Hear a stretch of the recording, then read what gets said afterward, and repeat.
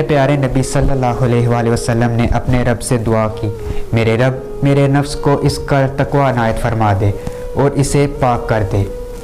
और इस दुआ के सदक़े में हम मुसलमानों को अल्लाह ने तकवा और इबादतों का महीना अता किया है। SM न्यूज़ हर साल की तरह इस साल भी लेकर आ रहा है फ़िज़ान रमज़ान।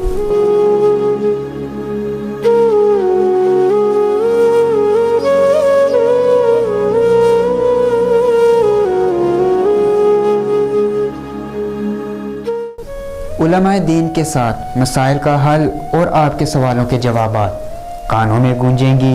रब्बे ज़ुल जलाल की शान अक़दस में हम्द की और हमारे प्यारे नबी सल्लल्लाहु अलैहि वसल्लम की शान में जमेंगी महफ़िलें और पकेंगे मज़ेदार से पकवान।